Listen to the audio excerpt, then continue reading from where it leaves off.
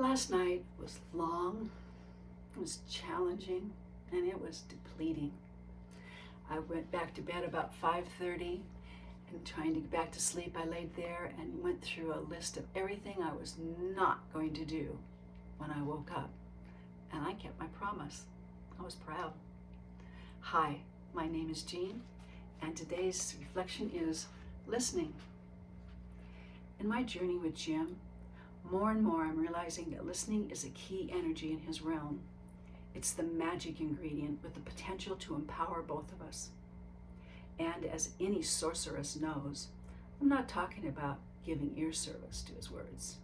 It's setting aside my earth-dwelling knowledge so I can hear with new consciousness. It's natural to interpret what Jim is saying, but it doesn't serve us. When he called me into the living room to arrange things, I first assumed he was getting cold and wanted the air conditioner turned off and the window closed. But I remembered to listen more openly and discovered the air conditioner and window needed to be arranged to make the characters on his TV show more comfortable. Interpreting his request would have prevented me from accepting that the people on television are often as real for Jim in the moment as I am. Listening invites me to participate in the fun Jim's having with his sitcom experience. I'm also very aware of listening to myself as I talk to Jim. Like all of us in the earth-dwelling world, he's used to hearing how others in his life experience him, and that becomes part of how he defines himself.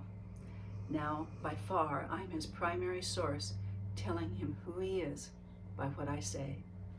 So as I suggest he lean over against the counter to put on his underwear after showering, I want him to hear it as a fresh idea every time I say it, rather than with a heavy sigh.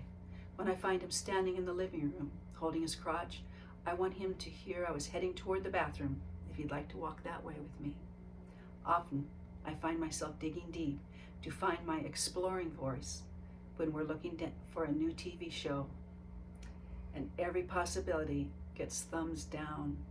I definitely need to be well fed and rested for those kind of listening moments. Meanwhile, in my earth-dwelling world, oh, these glorious September days with blue skies, cool mornings, and warm days. I'm encouraging Jim to take his coffee out in the morning. He has no sense of how quickly we'll be in mornings too cold for watching the birds.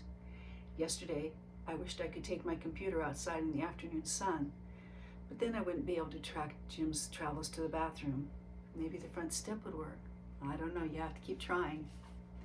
Glad you're with me. I'm glad you joined me. We've got a circle going here, and this circle is all about us coming together to see dementia from a different perspective.